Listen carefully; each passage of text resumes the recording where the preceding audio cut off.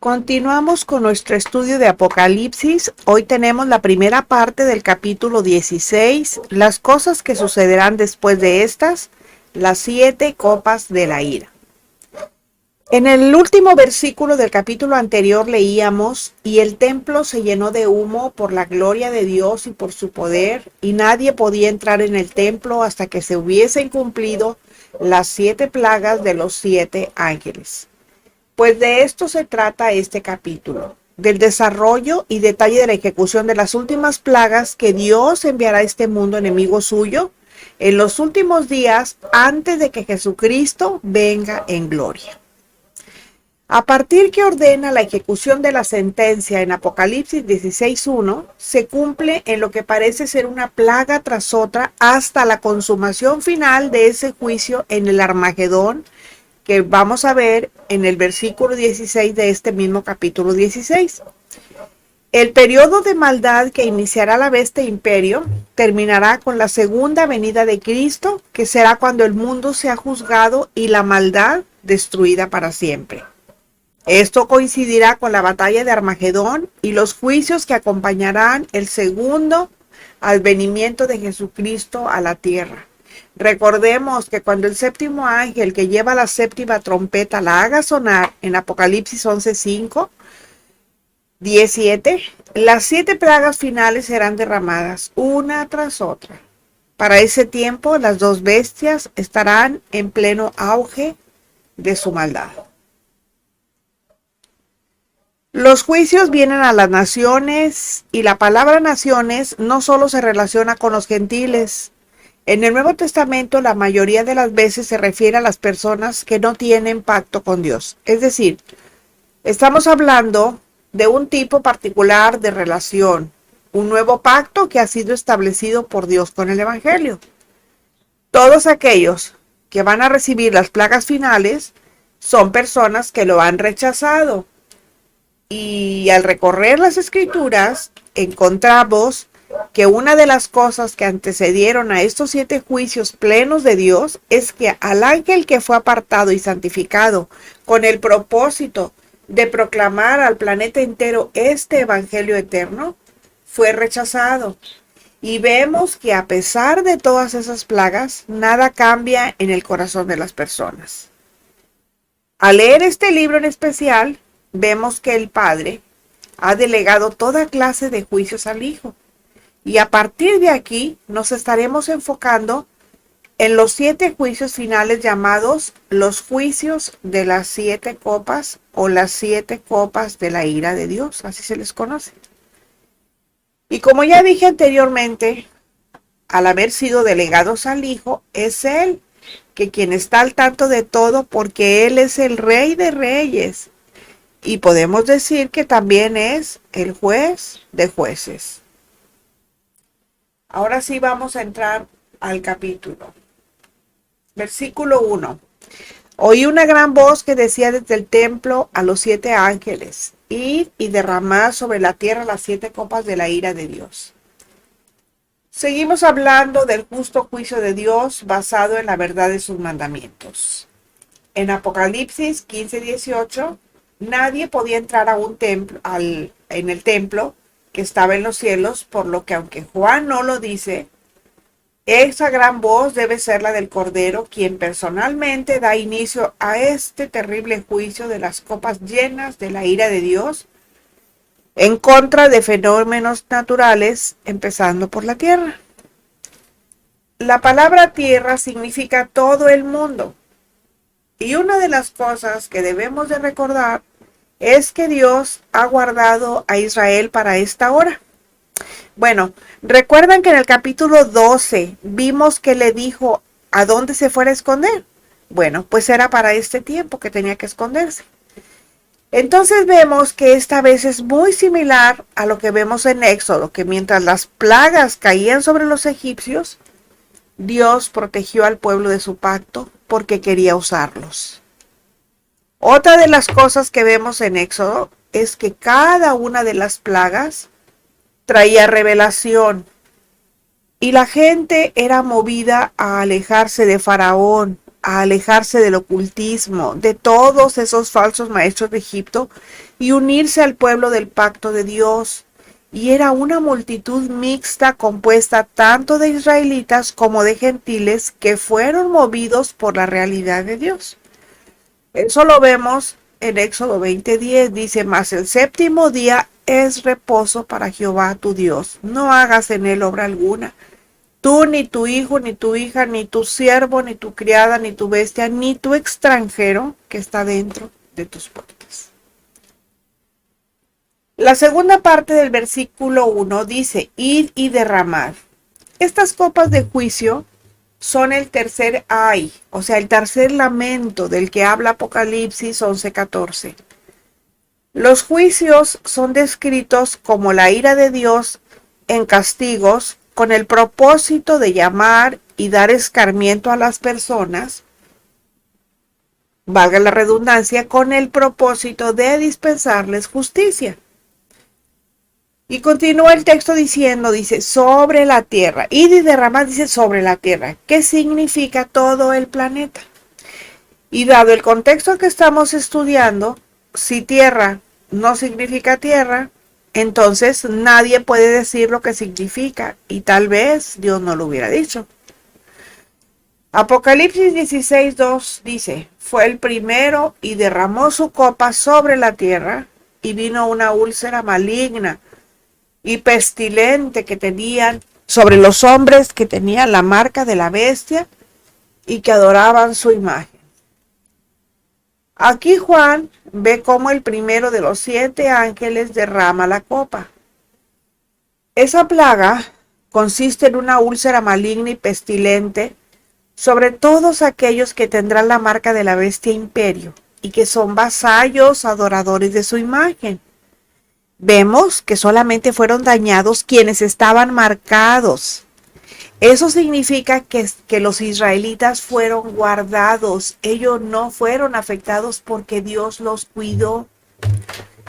En el juicio de las copas, seguimos encontrando ilustraciones del éxodo en Israel, cuando en los días de Moisés Dios envió plagas de las úlceras. Eso está en Éxodo 9, del 8 al 12. O cuando convirtió las aguas en sangre. También eso está en Éxodo 7, 14, 25. Cuando hubo oscuridad en Éxodo 10, 21 y 29. Y la pregunta es, ¿estas plagas son simbólicas? Pues no podemos ver más allá de lo que todas estas palabras significan. Sin embargo, el juicio de Dios de este mundo no será un juicio simbólico. Recordemos que la realidad detrás de un símbolo no es ficción, y en este caso va a ser más terrible que el mismo símbolo.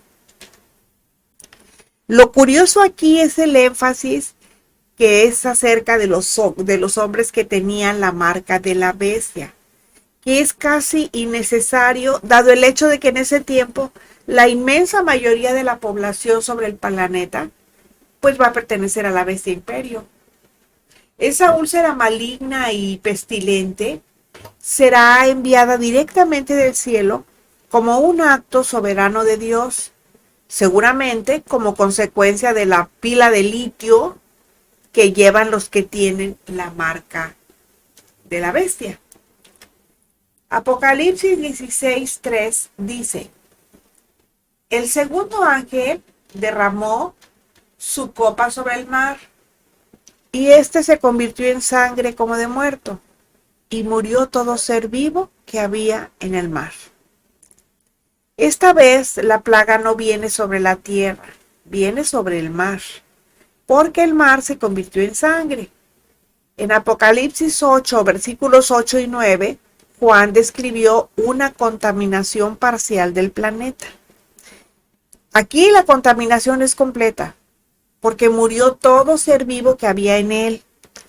Esta plaga es similar a la primera plaga que vino sobre Egipto en Éxodo 7, 20 y 25. Por otra parte, en este libro hay 2 clases de sangre: la sangre del Mesías que redime y la sangre que se menciona aquí como la sangre de un muerto que es impura.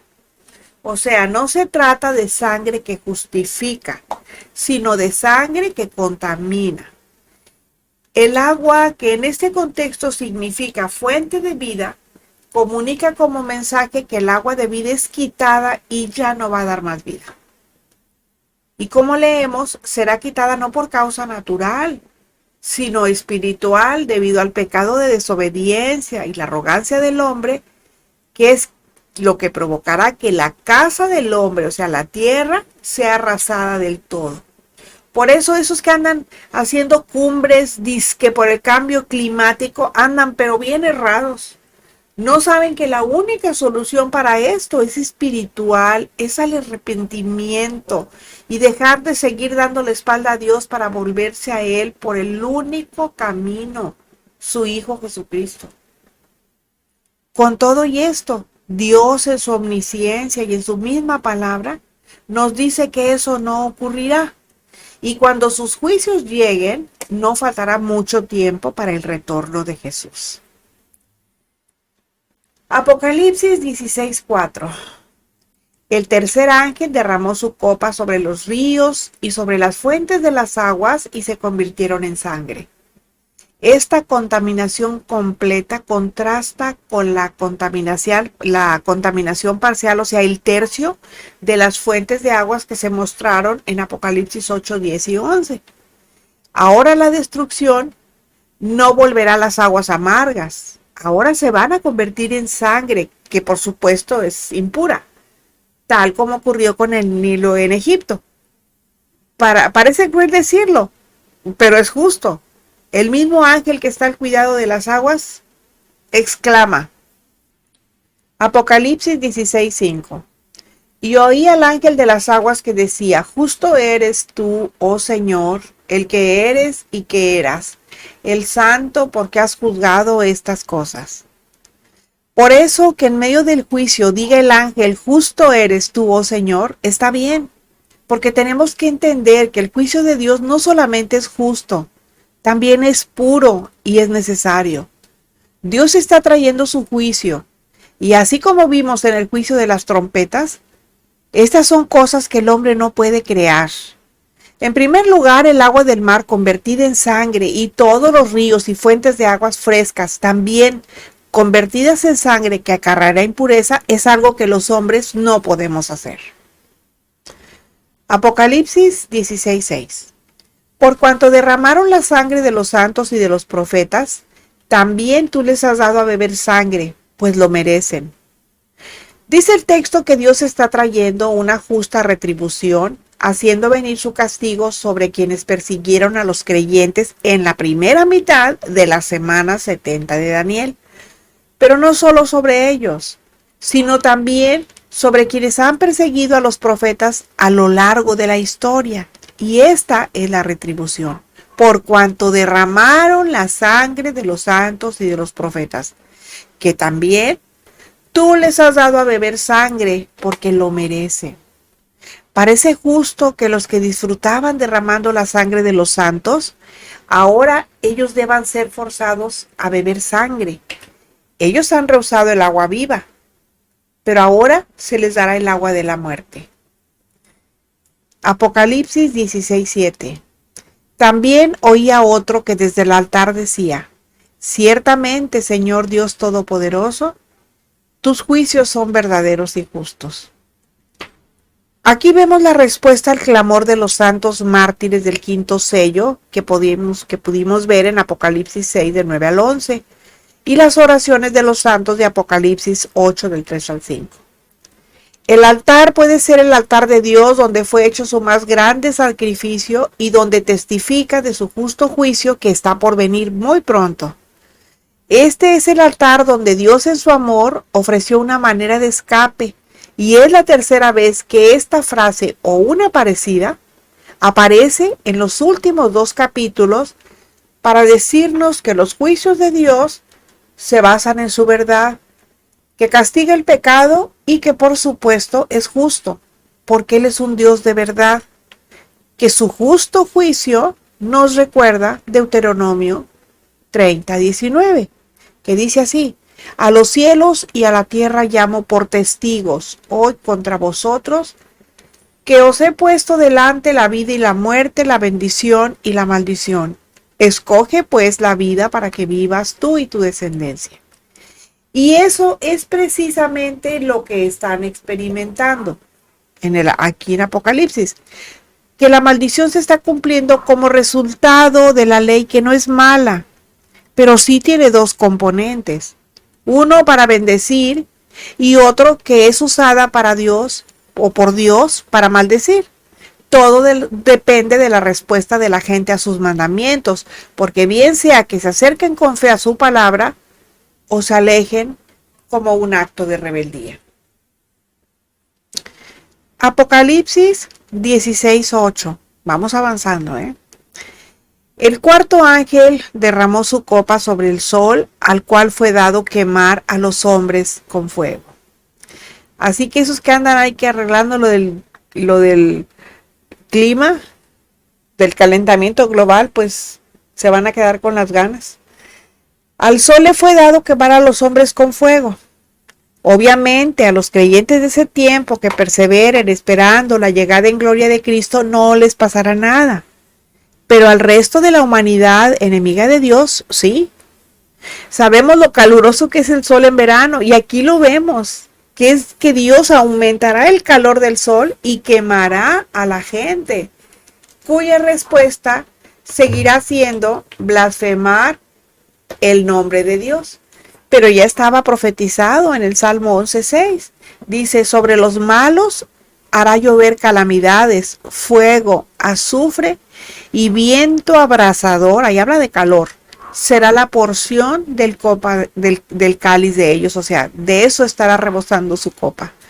También en Isaías 30:26 dice, y la luz de la luna será como la luz del sol, y la luz del sol 7 veces mayor. ¿De qué les habla eso? Pues de mucho calor.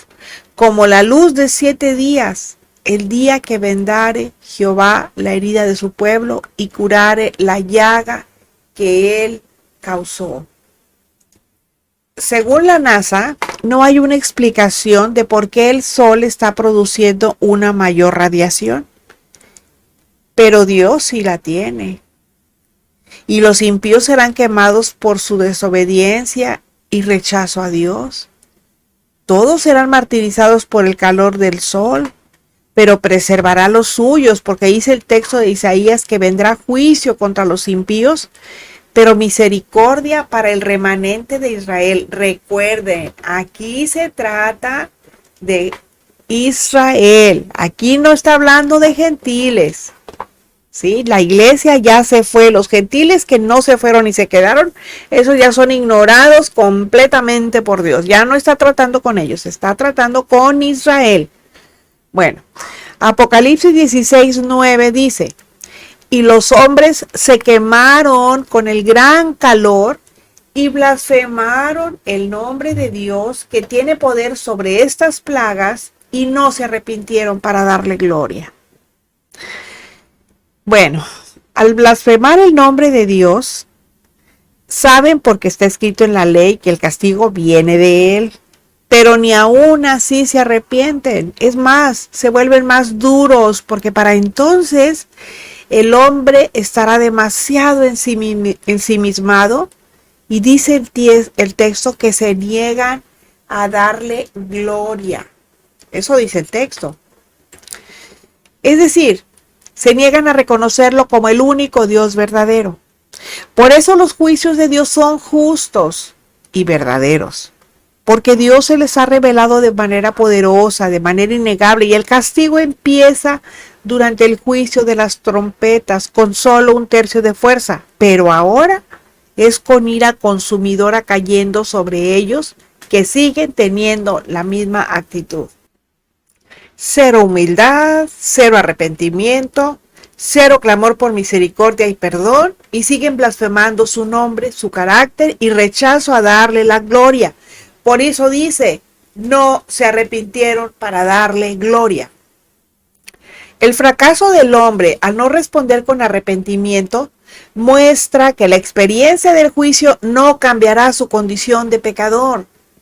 Algunos creen que los hombres se pueden arrepentir si conocen el poder y el justo juicio de Dios, pero como enseña la palabra, La dureza del corazón, aunque tenga evidencias de la disciplina divina, no lo va a permitir, porque ya lo tienen cauterizado. Por eso ya está frío, ya no son sensibles a la voz de Dios. Apocalipsis 16:10.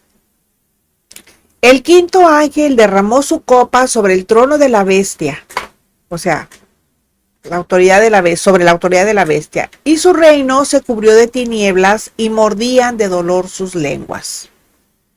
¿Dónde estará el trono de la bestia anticristo? ¿Dónde estará su cuartel general?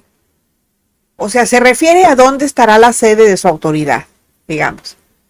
Bueno, Europa, sabemos, es el centro político y económico del mundo. Y siendo ese hombre el que encarna a la bestia imperio, el jefe del imperio romano renacido, pues es lógico pensar en Roma como su sede político, aunque no se descartan otras posibilidades que vamos a ver más adelante en Apocalipsis 18. Y sigue diciendo el texto, en la segunda parte, dice, y su reino se cubrió de tinieblas. A las tres últimas plagas se le conoce como la tríada del desastre político, o sea, la anarquía interna, invasión y colapso irreparable. Esa es la tríada. Si recordamos la novena plaga sobre Egipto, fue oscuridad literal que hasta se podía sentir, como lo describe Éxodo 10, 21 y 22. En este caso va a ser igual. Y además les hará sentir una gran impotencia y darse cuenta que sin él el hombre no se puede sostener. Pero como el hombre a causa de la caída es necio por naturaleza, no reconoce que vive en medio de un equilibrio que solo Dios puede dar. Si ese equilibrio se alterara, nosotros desapareceríamos. Pero el hombre pecador en su soberbia y arrogancia cree que no hay nadie por encima de él. Y fíjense, estaba leyendo que hay una tradición rabínica que dice que la plaga más terrible es la de la oscuridad. Y recordamos que cuando la plaga de oscuridad cayó sobre Egipto, era una oscuridad espesa, densa. Se podía palpar, nadie podía moverse, se paralizaban, fíjense, a pesar de que era oscuridad, estaban congelados. Y las tinieblas que cubrieron el reino de la bestia destruyó la autoridad del imperio. Por lo que, ¿qué más dice el texto? Y mordían de dolor sus lenguas. Las tinieblas son una vista previa del infierno descrito por Jesús como las tinieblas de afuera. El Señor Jesús lo describe en Mateo 25:30, que dice, y al siervo inútil échenle en las tinieblas de afuera. Allí será el lloro y el crujir de dientes. Todos los que están bajo el juicio de esta quinta copa están como si fuera en las orillas del lago de fuego. En el versículo 9 dice, blasfemaban. Eso habla de su naturaleza como seres humanos, porque Dios ya ha removido la autoridad de este imperio y ya no funciona como antes. El imperio del mar ha sido derrotado por Dios. Pero la gente no está dispuesta a arrepentirse de sus pecados. No quieren volverse a Él ni buscar su misericordia. Esto nos dice que todo aquel que está en condenación eterna es resultado de la verdad y la justicia de Dios. Claro que a la gente no le gusta escucharlo, pero es lo que dice la Biblia y está bíblicamente justificado. Y si lo creen o no, bueno, eso no cambia las cosas. Dios sigue siendo Dios y lo que dijo, pues ya lo dijo y quedó escrito. Apocalipsis 16:11. Y blasfemaron contra el Dios del cielo por sus dolores y por sus úlceras y no se arrepintieron de sus obras. ¿Se fijan cómo siguen las cosas en sufrimiento, pero no se arrepintieron de sus obras? Esa es su reacción. Pero no tendrán quebrantamiento y menos arrepentimiento. La humanidad impía estará más endiosada que ahora. Y miren que ya es mucho decir. Entonces vemos que escrituralmente se tumba la idea de que los malvados se arrepentirán en sus calamidades cuando se vean confrontados con los juicios de Dios, que trata por igual al justo que al impío. Dice Proverbios 24:16, porque 7 veces cae el justo y vuelve a levantarse, mas los impíos caerán en el mal. La diferencia es que el justo se levanta de las 7 veces que cae. Miren, el número 7 no es que sea 7 veces exactas. No, está diciendo que muchas veces el justo cae, pero se vuelve a levantar. Es un símbolo el 7 nada más. Y el impío no. Aunque se le añada castigo o plaga, no se arrepiente. Pero pues es bíblico y lo acabamos de leer. Es lamentable que en su iniquidad el hombre aumente su pecado cuando está bajo el juicio de Dios y que haga a un lado el momento en el que debe de cambiar. No se nos olvide que Dios llama al arrepentimiento de muchas maneras. Por eso dice en Salmos 32:9, dice, no seas como el caballo o como el mulo sin entendimiento, que han de ser sujetados con cabestro y freno, porque si no, no se acercan a Dios. O sea, no te esperes a que tengas situaciones difíciles, a que el Señor te jale de una forma que tengas que venir a fuerza. Mejor ven por la buena. Eso es lo que quiere decir el texto. Apocalipsis 16:12. El sexto ángel derramó su copa sobre el gran río Éufrates, y el agua de éste se secó para que estuviese preparado el camino a los reyes del oriente. Curiosamente, el río Éufrates fue el límite oriental del territorio que Dios le dio a Israel. En Génesis 15:18 lo leemos. Dice así, en aquel día hizo Jehová un pacto con Abraham diciendo, a tu descendencia daré esta tierra, desde el río de Egipto hasta el río grande, el río Éufrates. Fíjense, así como al Mediterráneo se le conoce como el mar grande, al río Éufrates se le reconoce como el río Éufrates, como el río grande, perdón. Bueno, esos son los límites orientales del Imperio Romano, que se consideraba una barrera segura en contra de una invasión de los invasores del este. El sexto ángel arroja su copa sobre el gran río oriental llamado Éufrates para secarlo, lo que parece ser el complemento de la sexta trompeta de Apocalipsis 9, 13 y 19. Como vimos, del mismo río Éufrates son desatados 4 demonios poderosos o poderosos demonios destinados a matar a la tercera parte de la humanidad. El sentido de todo esto es que el Armagedón, como lo conocemos, no será una sola batalla, sino una guerra. Tal y como dice en Apocalipsis 16:14, una guerra que va a empezar cuando sean desatados junto al Éufrates esos 4 demonios. Días después de la confrontación, el sexto ángel con la copa de la ira es vertida sobre el río, secándolo. Y si el Éufrates se seca, se abre un camino por el que puedan pasar los ejércitos del este hacia el oeste. Ahora, recordemos que esta batalla de Armagedón no es la batalla final. Esta nada más es, hagan de cuenta que esta es de la que nos habla Ezequiel 38. La batalla final ya es con todo, contra toda la humanidad. Esto no. Esto nada más es una confabulación de ciertos países que van a ir a atacar a Israel. Bueno, dice, esos ejércitos vienen para hacer batalla en contra de Dios y de su Mesías. Hay un país en Asia Oriental que se ha convertido en una potencia militar, comercial y económica en los últimos años, y que tiene al gigante de América del Norte y Europa como esclavos.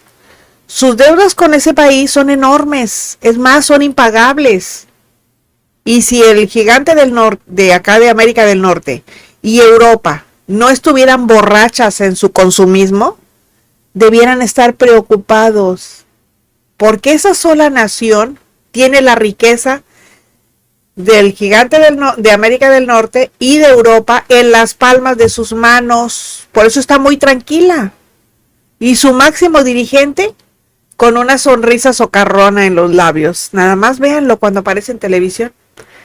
Pero aquí la cosa es que con el dinero que están recibiendo de los intereses de los préstamos hechos a los personajes, o más bien a esos países, están armando un ejército de 200 millones de soldados. Y Apocalipsis 9, del 13 al 16, dice que el sexto ángel tocó la trompeta y oí una voz de entre los cuatro cuernos del altar de oro que estaban delante de Dios, diciendo al sexto ángel que tenía la trompeta: desata a los cuatro ángeles que están atados junto al gran río Éufrates. Y fueron desatados los cuatro ángeles que estaban preparados para la hora, día, mes y año, a fin de matar a la tercera parte de los hombres. Y el número de los ejércitos de los jinetes era 200 millones. Dice, yo oí su número. Por cierto, ese país tiene muchos símbolos que vienen en este libro.